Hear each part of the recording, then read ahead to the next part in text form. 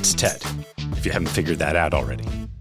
Today's episode is a new feature we're adding to the podcast. It's an audio version of my blog. Every other month or so, I find myself repeating an investment insight and putting pen to paper to flesh out the thoughts. We call the blog WTT, or What Ted's Thinking, because, well, that's what it's about.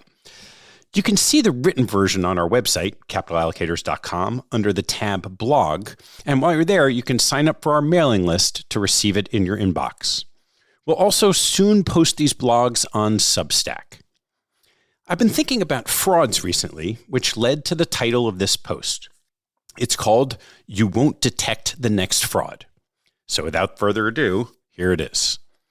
In the fall of 1998, I sat down with famed value investor Michael Price and asked him what he learned from having invested in the accounting fraud perpetrated by Chainsaw Al Dunlap at the Sunbeam Corporation. He responded, "Abso-fucking-lutely nothing." Michael went on to explain a principle about frauds. When you conduct analysis on an investment, you spend 99% of your time assessing the merits of the opportunity and 1% thinking about whether what you see is real. The fraudster spends 100% of their time staying 2 steps ahead of you. Fraud is a risk you bear in every investment, and sometimes you can't avoid it. As he put it, fraud is fraud. I thought about this when my wife and I watched Madoff, the Monster of Wall Street on Netflix last week. Bernie Madoff did not make any trades. He literally spent 100% of his time taking actions to stay a few steps ahead of anyone who got too close to the truth. Madoff exemplified Michael's principle. SBF committed the latest high-profile fraud at FTX. A who's who of respected venture capitalists and entrepreneurs backed the truck to invest in a toll taker on the superhighway of crypto, led by a visionary who became the Pied Piper in the space. The investment thesis would have played out had SBF not fraudulently removed customer funds. No one saw it coming. Michael's principle means that flagging a fraud in advance is rare. Madoff features Harry Markopolos, the whistleblower who the SEC ignored. The filmmakers paint the SEC as stumbling badly. My wife agreed as she heard the story for the first time. However, I had watched the Ponzi scheme unravel when it happened and contend Markopolos was an anomaly. He was a former derivatives trader at the right place and the right time who happened to have the time to do the work. Follow the incentives. It won't happen often. In public companies, short sellers have an incentive to dive in and unearth bad behavior. In funds and private businesses, no one outside of poorly compensated regulators have the motivation. What the wise man does in the beginning, the fool does in the end. Another complicating factor in detecting fraud is the most heinous acts do not always start out that way. Both Madoff and SBF began as legitimate enterprises that went awry to cover up a loss. Early backers of funds and companies often buy into an entrepreneur's vision that includes plans for formal processes and procedures not yet put in place. Startup money managers often do not have the resources to hire the most expensive brand name service providers on day one. What looks like a yellow flag in the rearview mirror may be acceptable in the early stages of the game. As such, diligence failures in large-scale frauds tend to come later in the game. By the time Madoff's Ponzi scheme collapsed, a standard operational due diligence review should have picked up Madoff's friendly local accountant, manufactured bank statements, and opacity. Venture capitalists in the early rounds of FTX bet on SBF and his vision for the business. That turned into a loser, but not because of poor due diligence. Investors in the last multi-billion-dollar round are more culpable.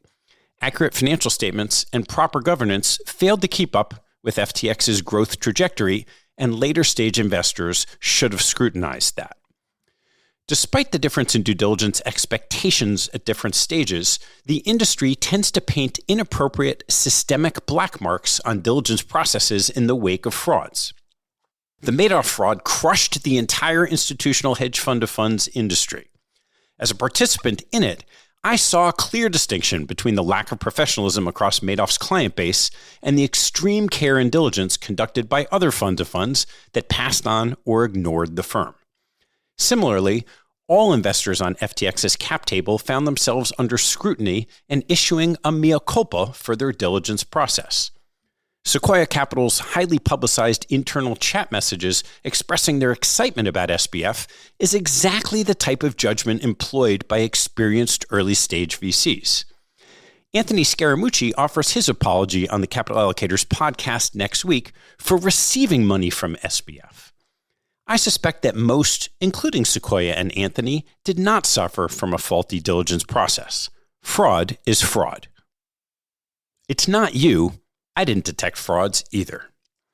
What we can learn from Michael's principle, or the wise man becoming a fool, is that as smart as you are, or as thorough as your due diligence process may be, you will not detect the next fraud. I should know. I had the benefit of training from the greatest mentor in the business in David Swenson and invested for 2 decades taking pride in my work. Despite that, I watched 2 people I thought I knew get on the wrong side of the law. Sam Barai was convicted of insider trading amidst the expert network crackdown in 2011. He was the first deaf investment banking analyst, the first deaf graduate of Harvard Business School, an early employee at Ziff Brothers Investments, and a lifelong tech geek. His track record indicated he was the antithesis of someone who cut corners. And yet, he blatantly cheated. At the time, my firm was a seed investor in Barai's hedge fund and had access to his trading records. We could see exactly what he was doing, but had no idea how he was doing it. When the SEC raided his office, he told us the SEC came in for a routine review. His 99%, our 1%. Ifti Ahmed was a section mate of mine from Harvard Business School. He was hardworking, smart, a Baker Scholar, and came from a storied family in India. In 2015, Ifti got accused by federal regulators of insider trading, and his partners at venture capital firm Oak Investment Partners soon learned he had conned them as well. In essence, he would receive investment committee approval to put $5 million in a company, tell the company Oak was investing $3 million, and pocket $2 million for himself. Shortly after, Ifti left his family behind and fled the U.S. for India. If you had asked the 80 people in our section to force rank each other by integrity before this occurred, my hunch is Ifti would have landed in the top 10%. Turns out, he was dead last. Both Sam and Ifti were legitimately successful until they pivoted to something nefarious. Both men had stellar academic pedigrees and strong early career trajectories that were not based solely on bad behavior. At some tipping point, whatever pathology sat deep inside them surfaced and reared its ugly head. As an aside, it's not just me. After this blog came out on email this week, friends brought me on a trip down memory lane sharing their experiences with frauds that included First Capital, Lipper, Amaranth, Bayou, Vision Capital, and even David Sokol from Berkshire Hathaway. The hits just keep coming. Caveat emptor. If you're around the business long enough, you will inevitably observe Michael's principle. When people you think you know do something you never imagined possible, you trace your steps and wonder what you really knew in the first place. That questioning will eventually turn to what you know about yourself. Humans are complex beings with blind spots. We can spend a lifetime uncovering our own without knowing all the answers. Is it feasible to think we can uncover the rationale for someone else's behavior? Frauds remind us that we can never understand professional relationships with 100% certainty.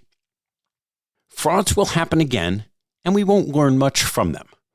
It would be convenient to think that fraud is something that will happen to someone else and can be avoided with sound due diligence. But it could just as easily happen to you and your organization. I offer a few suggestions for how to mitigate the damage. 1. Recognize that fraud is fraud. 2. What ends up as fraud may start as a legitimate business. 3.